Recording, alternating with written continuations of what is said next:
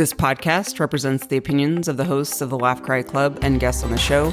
The content here should not be taken as medical advice and is for informational purposes only. And because each person is so unique, please consult your healthcare professional for any medical questions. Views and opinions expressed in the podcast are our own and do not represent that of our places of work.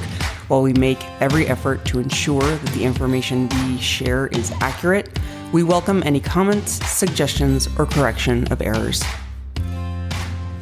This is going to be one take of the Laugh Cry Club. Welcome, everybody. We are here and we are putting all the good energy into the world that we just record once today. Just record once. One time.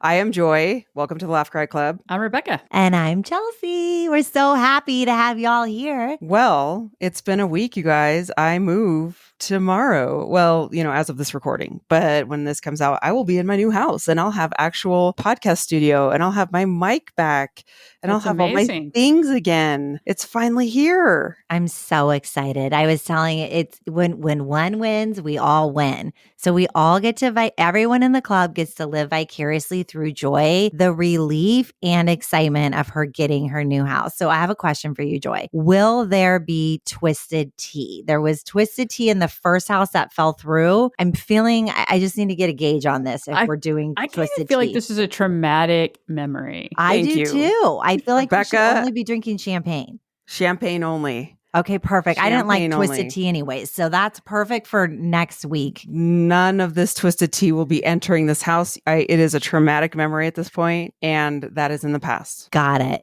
I hear the boundary. Hear the boundary, and then we'll happily pivot into some champagne. Respect the boundary. But you brought up a good point, Chelsea, that I think at some point we should focus on in a future episode, which is jealousy of like when one wins, we all win. How people get, it's so funny how that comes up with people. Like when you said that, I was like, oh yeah, there's an interesting thing of jealousy and competition that people feel when they can't be happy for one another if someone wins. Really good thing to put on our list for a future episode. Oh, okay. So how do we neutralize the feeling of jealousy? Would be when you're thinking someone's going to take it and then you can't have it. And then envy is, I really want that. So we can differentiate. I really would love that. Yeah. Yeah, we can differentiate. That's a good one. Well, let's get started with our laughs and our cries. And then we do have a listener question.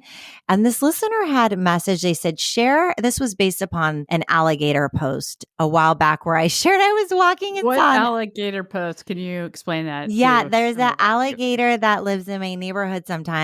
And we talked about it on the podcast. And then on Instagram, we have a little clip building up to the walk. A little spoiler, it's not a spoiler because I don't spoil it. It cuts off before I tell you what I saw on my walk, which was an alligator. And a listener responded that would be good to have a question to share how to overcome fear or avoid toxic relationships. So this is a double-parter question. For this episode today, we are going to answer the latter of the question, which is how to avoid toxic relationships. And really, we're going to learn about toxic relationships later. But until then, we are going to start off with our laughs and our cries. And really, Joy, I'm so excited about the house tomorrow that I'm going to just take this ball and hit it right into your court. And I nominate Joy for the laugh cry start of this week. Oh, well, I think I went last week too. I feel so special. Okay, so my cry is taking a page out of Rebecca's playbook because I watched a movie this week that was really sad, devastating, powerful, and made me really, really cry. And it kind of gave me a gut punch.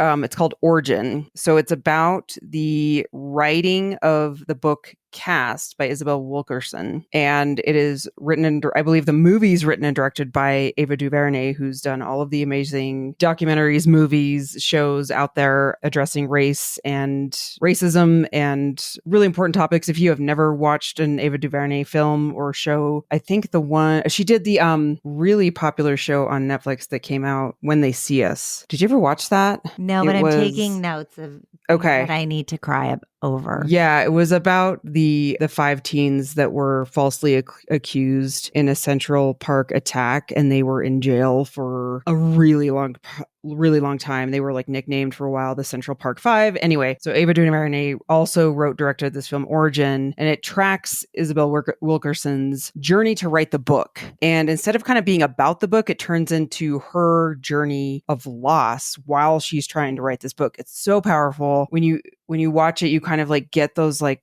gut punch hurt feelings of emotion. And I was like, just stay with this, Joy. Just stay with that. Just like hang with it. And it was sad and I cried and I left feeling like I'm so glad I watched that, because so many times in our life we can turn away from hard emotions or turn away from just hard things in the world, turn away from things that are really devastating and true. And the history that this country's built upon is very devastating and tragic and horrible. And it's easy to kind of like look away. Anyway, highly recommend. Just as a human being, watch it to know what so many human beings are dealing with right now in this world. My laugh, so we're going to add that to our list of movies, Rebecca, because we have so many movies to watch. My laugh, I had so many laughs this week. I had so many good belly laughs. I'm kind of like getting a little emotional as much as we're like ready to have our own house. Just so grateful for this time with my parents. We have such a good relationship. It is really a testament to like how much we all get along, that we've been able to live in this house together in their guest room for a month. All our stuff is everywhere and we've had such good belly laughs. And so I was going to like talk about that, but today, Rebecca made me laugh so hard. Can I play the song really quick? Oh my God, you better play it. Yeah, we're not asking permission. Okay. This is public property. Let me preface this, that this song is completely out of my range. And I obviously need to continue my vocal lessons. Okay. And let me just say, this song was one of the greatest, most authentic songs ever created. And we are so lucky. And Rebecca's voice sounds incredible. I love it. It makes me so happy. Okay, ready? Okay, ready? Go. This is the song that made me laugh so hard and tears, and it's amazing.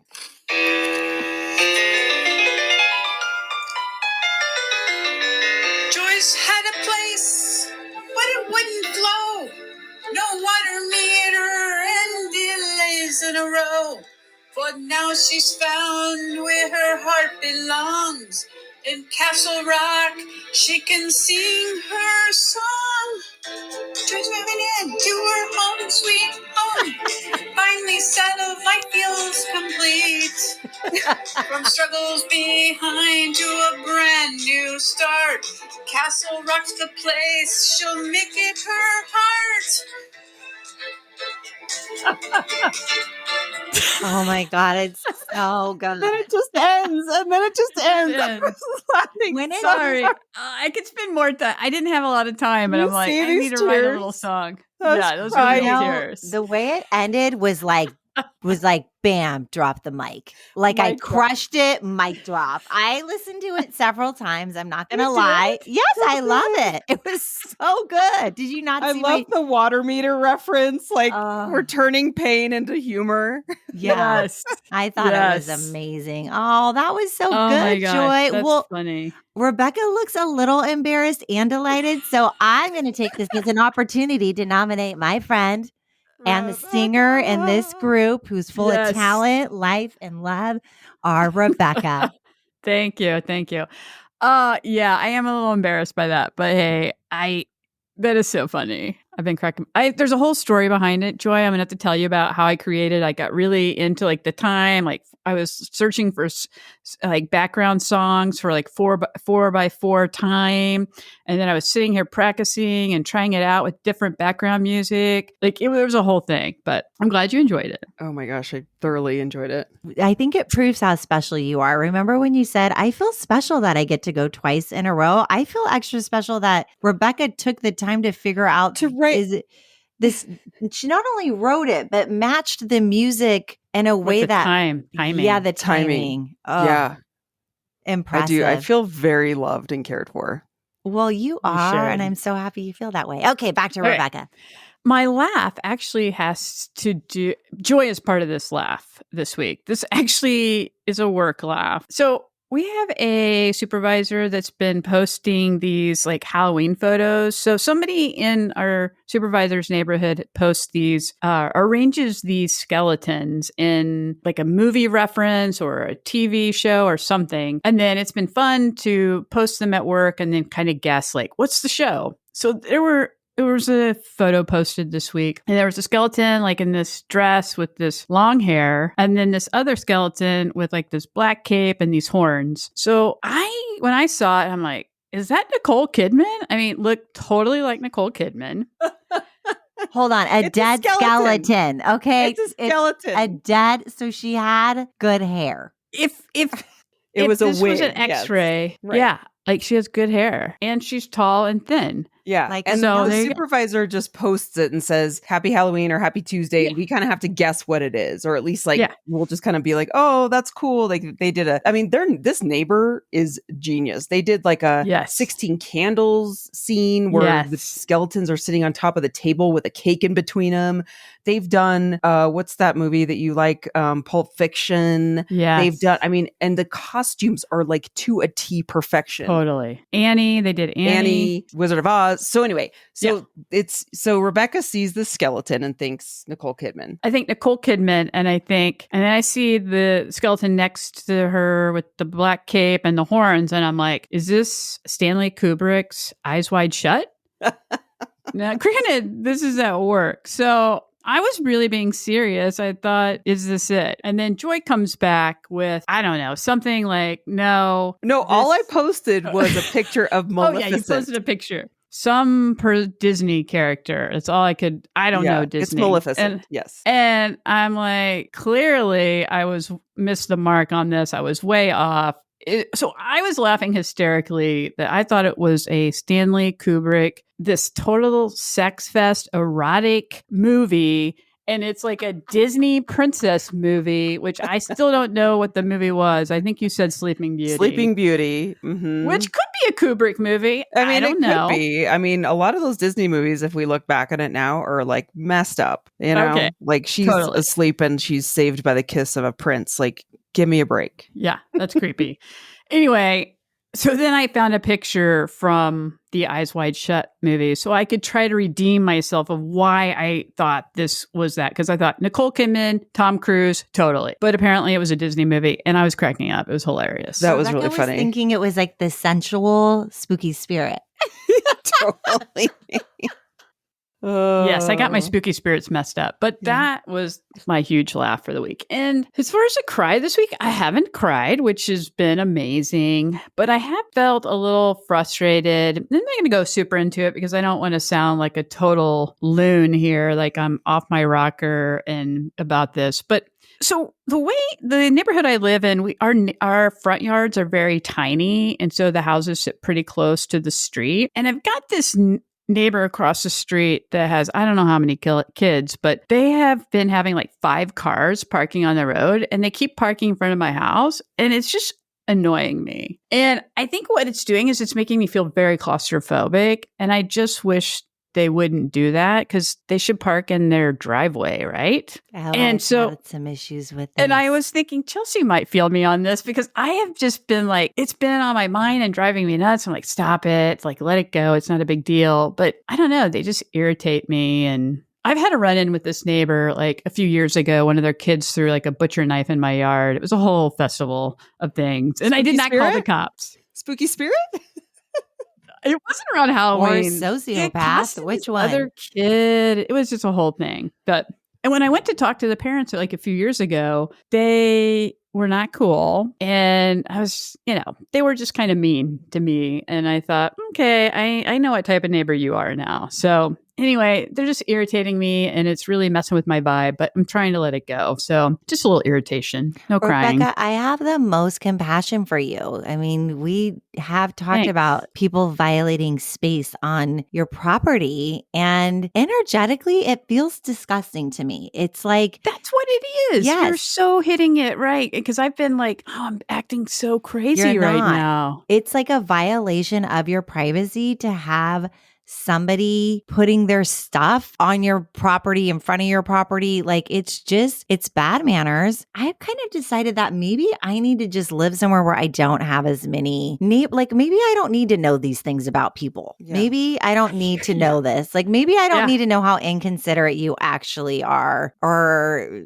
that you just never thought of this. I mean, I don't know. It makes me feel judgmental, and I don't like to feel judgmental. So I decided to remedy that. I need to put trees all around that Right. are very tall to not Yes. see I the mean, things that feel intrusive to my personal space. I don't blame you. Yeah. I think you're right. It just feels like they're energetically in my space and I really don't want them to be. So I've been, fighting that, like trying to get them out, but really I can't do anything about it because it's a public street, but like trying to send like my mind control vibes, like please park on your side of the street or in your driveway where you could fit 4 cars and there's no cars in there. It's Oh my it's God, definitely I'm like personal I'm getting space. activated. It's like Sorry, I personal didn't mean to space. activate I'm you. going to have to pivot out of this. So passing it over to you, Chelsea. Okay, so my laugh is actually about this podcast and my social media posting. So my kids have been ragging on me about how bad I am at posting on social media. And so I was really taking it up a notch and having them teach me how to do TikTok stuff. So I thought the more stuff you cram into the video, the better I thought they would love it. So I was very impressed with my work. I want to say I was impressed too. I was Yeah. like, Chelsea has been hitting it over the weekend. Like, I think you're killing it. producing Yeah. content. Okay, Yeah. I actually had to delete the hook where I made it like a Like a psychedelic rainbow. a psychedelic disco because my kids were like, "This is the cringiest thing I've ever I seen." didn't get to see that. I loved it. It looked like you had rainbows blowing out of your body. It was Okay. So they were ragging on me so hard because I'll say things. And now listen, I bring it upon myself. I'll say things like, "Hey, did you all follow us on TikTok?" And they're like, "Oh, you made a TikTok?" And I'm like, "Yeah, we just went viral." And then they'll look and they're like, "The only person who liked this was you." And like they'll make fun of me and say things like, "There's 700 and something views on one of the posts, but you realize you're the one who liked it and responded with a message yourself." It's like I can't help it. I'm a dorky parent, okay? No, I'm no, just like you're a the dork best. and I love it. And it makes me happy. What we need to do is we need to go stealth mode and not tell them so we can continue to be the amazing Gen X kids that we are on social media. Okay, but tell me I the love it. truth. Was the hook one the disco one? I did loved it. delete it. Really? loved it. I thought I I was so loved it. happy. Okay. I never saw it, so I feel really left out of this You- conversation. Rebecca, you missed it. Literally would be like if my background was all rainbows and anytime I moved, a rainbow would follow me. Like that's really all you Hold need. on. And I did it on amazing. super speed. So the music was like, like It was really fast. But like the only thing about that is you couldn't see what she was hooking because Steve was blurred out from the Oh. background. So she was like basically hooking a rainbow. Okay, Laugh Cry Club fans. I'm just gonna go out on a limb here and say you should like our TikTok page because I think You really Definitely. should. You really should. You're missing Rebecca enjoyed the All social It's media great. pages like Yeah. them. My cry wasn't necessarily a cry. It was it was a tearful time. So everybody knows I write on Substack and I was writing about divorce from a child's perspective. And I was writing about this like very vivid memory I had of my mother. And I felt sad for that little girl. I felt sad for her. But then I wrote about part 2 was writing about when my husband and I had split up and how it was being the one who did the splitting up. And oh, cute. Rebecca put fun fact. Her parents got divorced and remarried. That's kind of like me. Yeah. I would say Yes. Steve's my husband that I've married twice, even though we were never legally divorced. But Yeah. when I was writing that and I was remembering our kids, it was their response. So when you're going to do something like this, your kids have 30 seconds to really take in the information before their brain shuts down. And it was a really hard time. And I was like, we have 30 seconds this is going to be like a core memory. But it was so hard and so awful and such a hard decision that I made. And it was the right decision at that time. And it made me tear up when I think about how now we've come full circle. Like now, almost 3 years later, our family's together, our family's whole. Like when the defenses of life were stripped down and we came down to bare bones, how we were able to rebuild this very messy relationship that just had not been working. And so it was like the tearfulness of gratitude and then the tearfulness of how it feels to be a parent and have to make a really hard decision.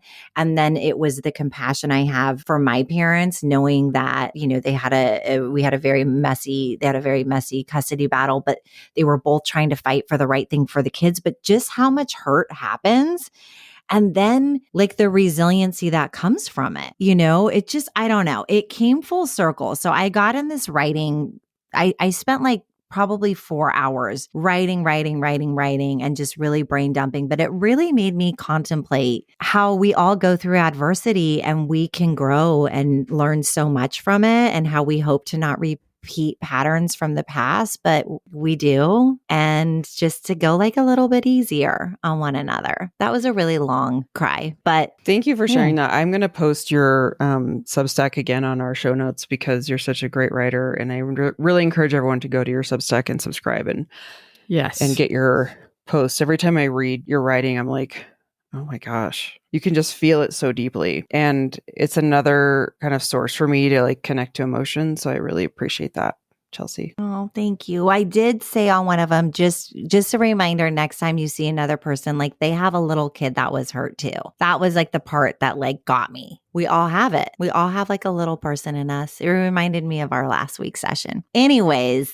okay, so we're going to pivot into the listener's question of avoiding toxic relationships. So let's open up the floor and talk about what that means. I want to say maybe not avoiding, but how to recognize them. Oh, I like that. Because first you have to recognize to avoid. Let me just say this really quick too, and you don't have to share. But when I was thinking about how we were going to do this episode, I was like, that could mean different things for different people. When I reflect on what toxic relationships mean to me, and certainly there's definitions that we can kind of go over, but I was like, oh yeah, I'm reflecting on the toxic relationships that I've been through. So if you have any like, specific examples, like for me, it was a friend who I kept trying to hang out with like as an adult. This was probably like in my 20s and 30s. And I really liked her and we had so much fun together, but she treated me like crap. She was horrible to me. Yet I continued to want to like, every time we'd have like a fallout, I wanted to like continue to have a relationship with her, but she just like did the same patterns. And I was like, oh, I need to stop like trying to make this work. And then we can go into like romantic relationships where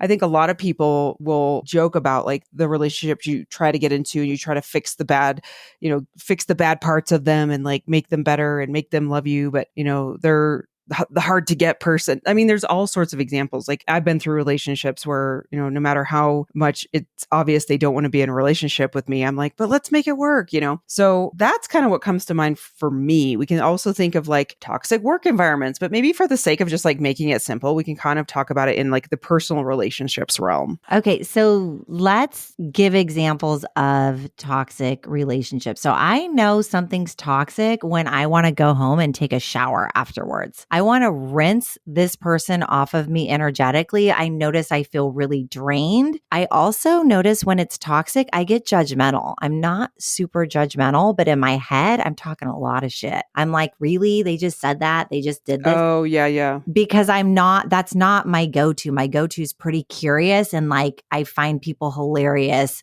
So when I notice like, ew, toxic too, I also, for me, the big one, I do not like gossipy, mean, catty. I remember you saying that. Yeah. That I have mean. Like there's one thing about like girlfriend talk and being like, ooh, like fun gossip, but versus like just mean for the sake of being mean. Yeah. Like the person who's going to say mean things about somebody else's kids or somebody else's, like the judging part, like very judgmental. That to me is I don't feel psychologically safe. So that to me feels, I don't know if I would say toxic, but definitely like I need to take a shower and I'm going to put my walls up. I can still hang out, but it gets further pushed out. When I think about it in a romantic way, gosh, the only toxic relationship I would say is when I was like a kid in high school. I had a boyfriend who was verbally unkind, physically one time tried to choke me. That's true. And that happened. Yeah, we ended up having a physical altercation and I avoided mean men after that.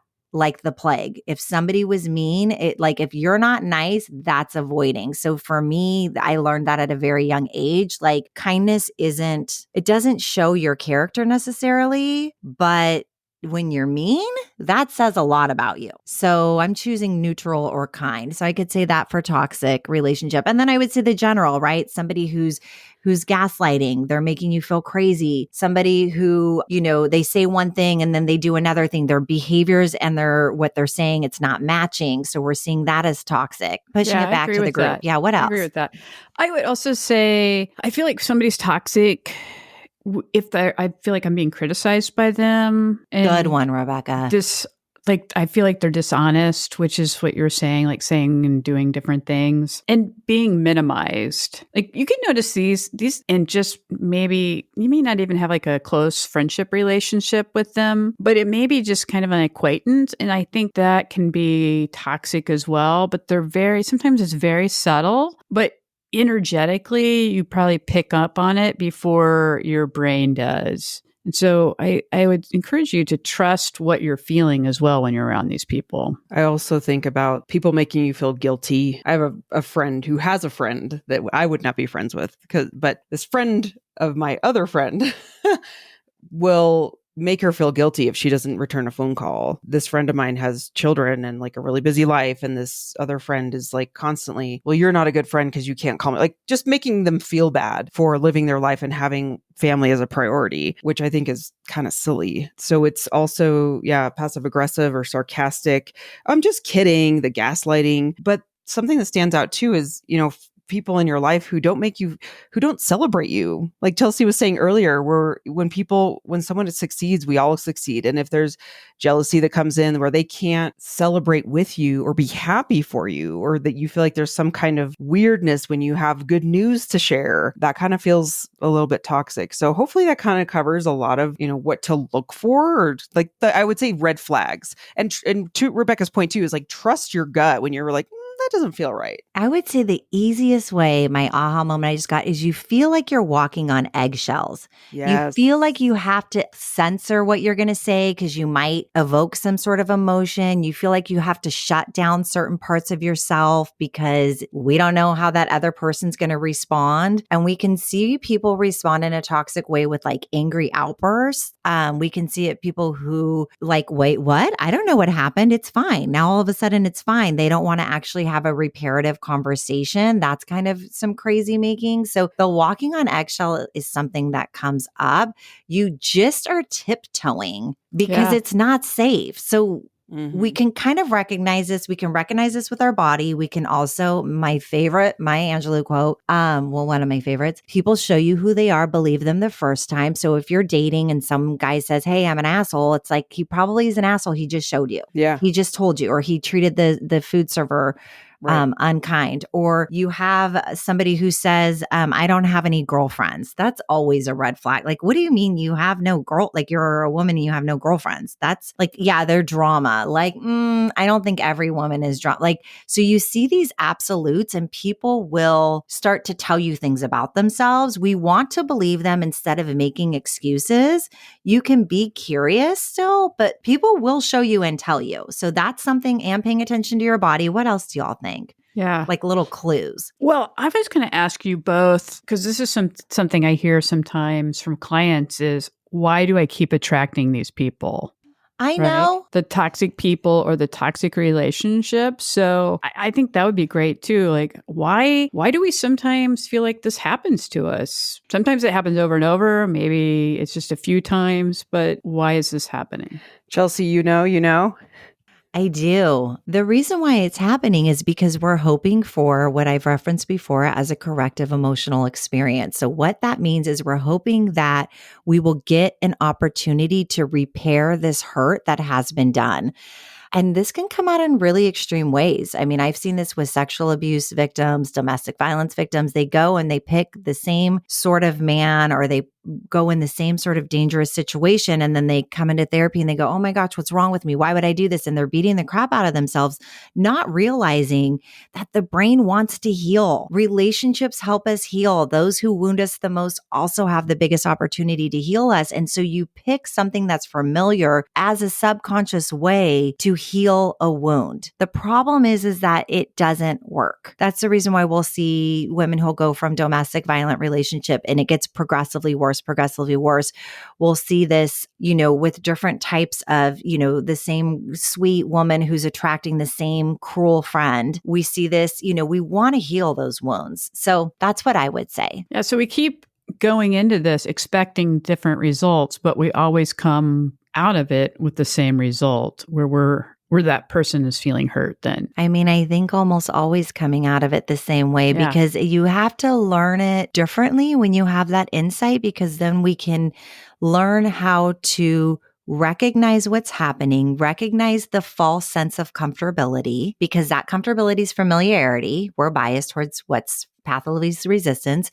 And then we can look and have an active opportunity to pause and choose whether this is somebody we want in our inner circle, whether we want to get into a romantic relationship, whether this is somebody we want to spend a lot of our time with, whether this is somebody who we do my favorite pivot, like, thank you, no, thank you. Joy, I think you were going to say something.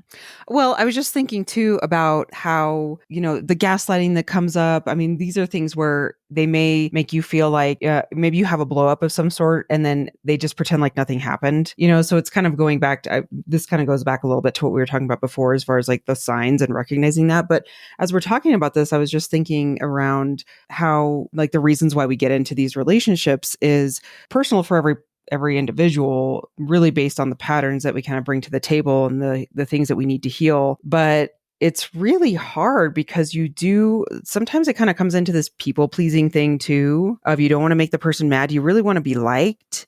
You really want them to like you. And I think that's just a really tricky balance, because at some point too, we have to kind of look at our worth, teach people how to treat us. But it's really hard if we are stuck in that loop. So it's very layered, kind of, Chelsea, what you were talking about. It could be so layered, which is why it's great to talk to a therapist about this, to like work through that stuff, to be like, oh, this is why I continue to repeat these patterns. And it is possible to get out of it. But it's just so hard when relationships really dig deep at those emotions.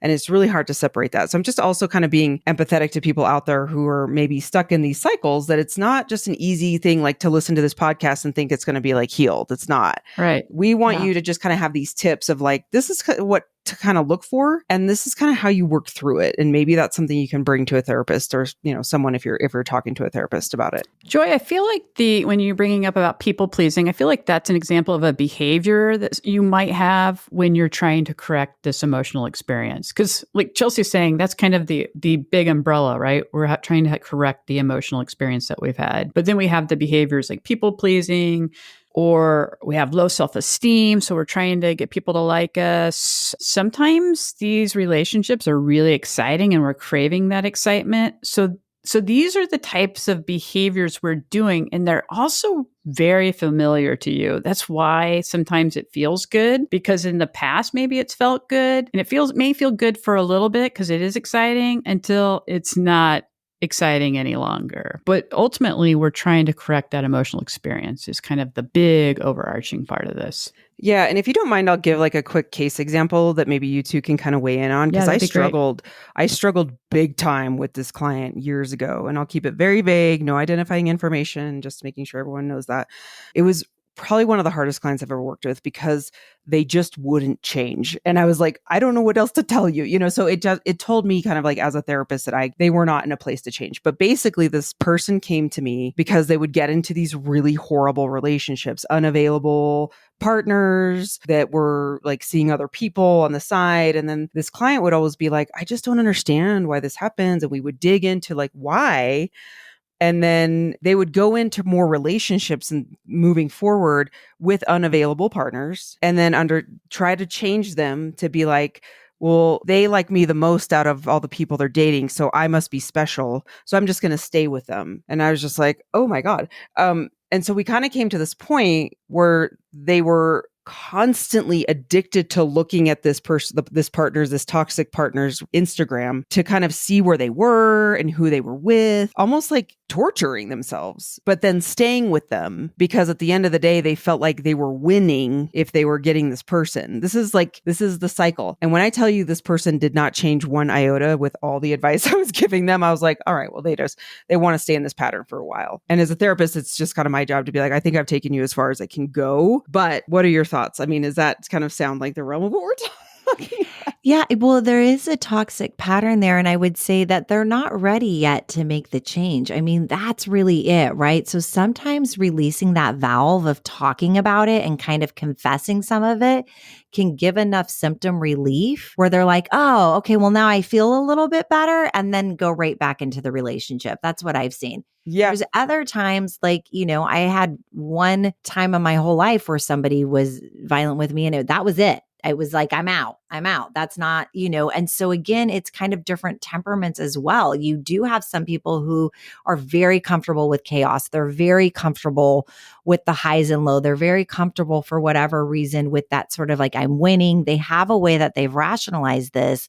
In therapy, I think maybe because I've worked with so much trauma, I know you both have too. I would sometimes say like, this is the insight part, and the behavior part, that's going to hopefully come someday. And if and when it comes, I've got you. If you want to come back when you're ready. And I have had that actually several times with 2 times severely abusive relationships where 6 months later, a year later, then the person was ready to make the behavioral change. And so I kind of just look at it as though, you're ready when you're ready. And sometimes people are going to go through this lifetime and they're not ever going to make that change. And that's okay. Everybody has the right to live their life, even though I believe we know as therapists, everybody is worthy of having an amazing, incredible life. Right. And we also know that change comes, you have to be the one, only the person who has the behavior can change the behavior. And so sometimes I think it's just like, I'll just say it's okay that you're not there yet. Yeah. And in my head, I'm like, God, I want you to be there because you matter. And it's hard. But and I that's can't so do hard. that. So hard. And that was probably one of because I just wanted this person so badly to kind of get out of these people that were treating them like crap.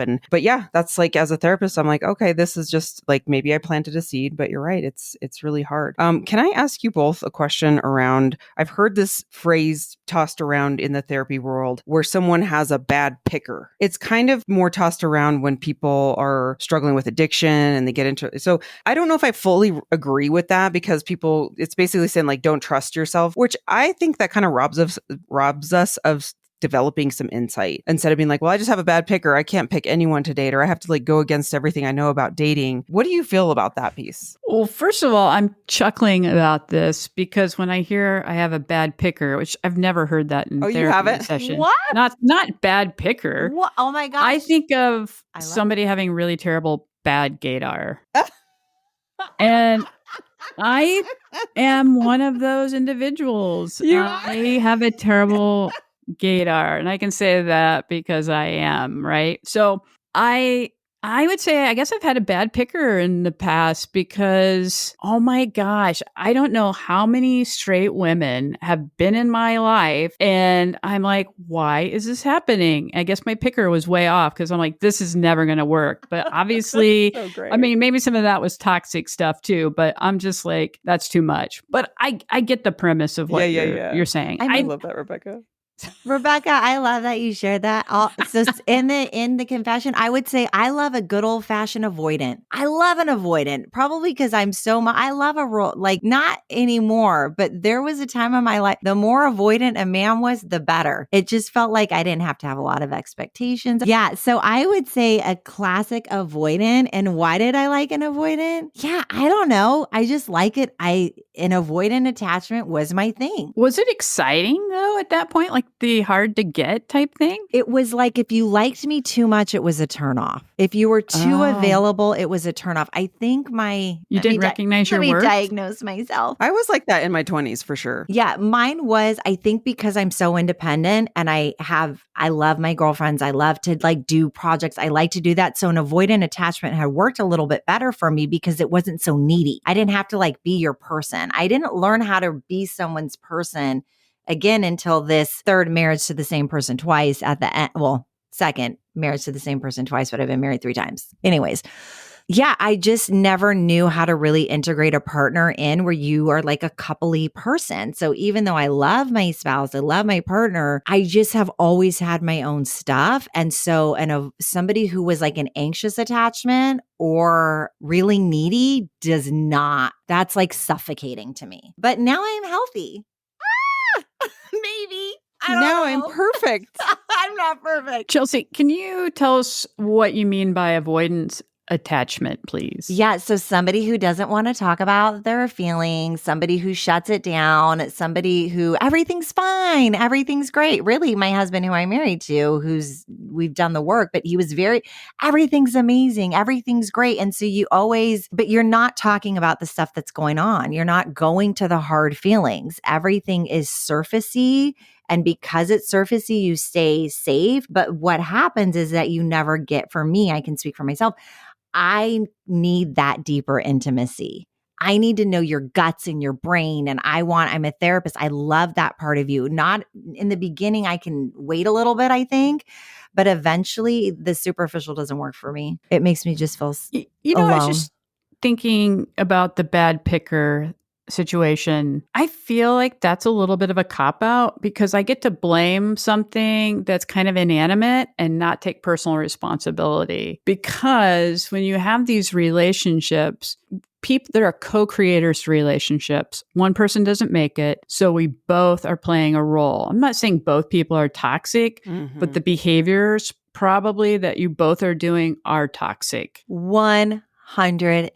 So they're co-creators. So I feel like in a way that's like, get out of free on this one. I don't have to take responsibility. Yeah. And I would almost say to that person, I don't think this is about a bad picker, but what's your emotional payoff? What do you get out of doing these relationships all the time? Because that person's getting something too. Ooh, it's not healthy, emotional right? payoff. There's always an emotional payoff. We all have them. Mm-hmm. Dang it. Well, Drop. Yeah. And I would say if you say you have a bad picker, then that means you have insight to know better, which means you can do better. So if you came into therapy and you said, I have a bad, I'm going to mic drop that one, even so what for are you gonna myself. do about it? Yeah, you have insight into it. So now we don't get to pretend like we don't know why this is happening. Right. This is what you're attracted to.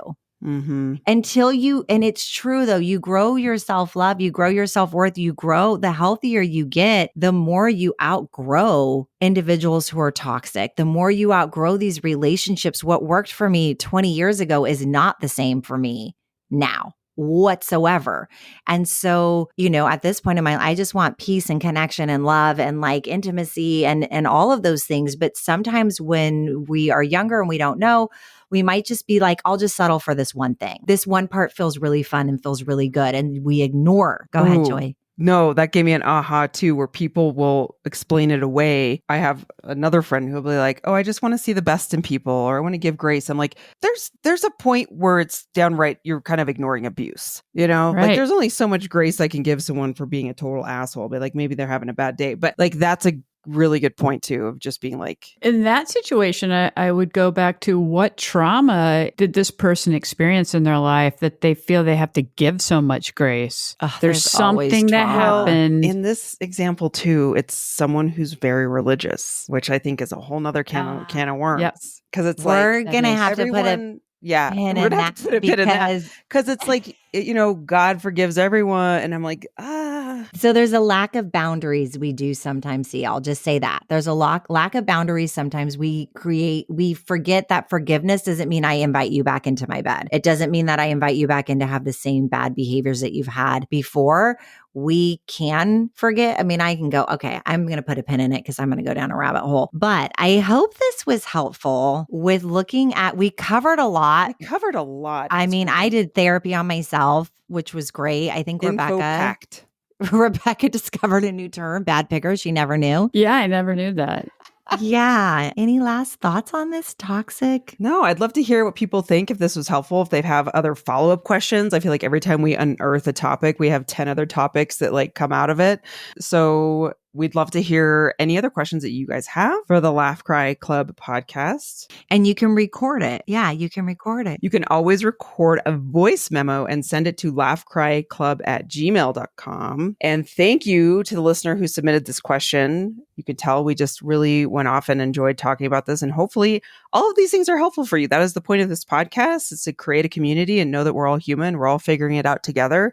But we love the support. I've noticed a downtick, not an uptick, of reviews. I would like to see more reviews. So if you have not yet reviewed our podcast, be sure to rate and review the show. That's a great way to support us. Yes. If you want to give Joy a housewarming gift, Yes. considering she has been through an extremely traumatic experience for the last month or so, please provide us a review. We would love it. 5 stars. We love those. Mm-hmm. Only and 5 we stars. love all of our listeners. Yeah, we love it so much. And we want to keep providing you this podcast and content. And I know we've teased Patreon before, but it is coming very soon. So there'll be even more content that you can stream. But yeah, give us some reviews for Joy's housewarming gift. Oh, I love that idea. And I do need to ask the listeners to take a vote. So my cousin had said that he thinks I should dress up as Barbie and go out for a night. And the only thing I'm allowed to say is,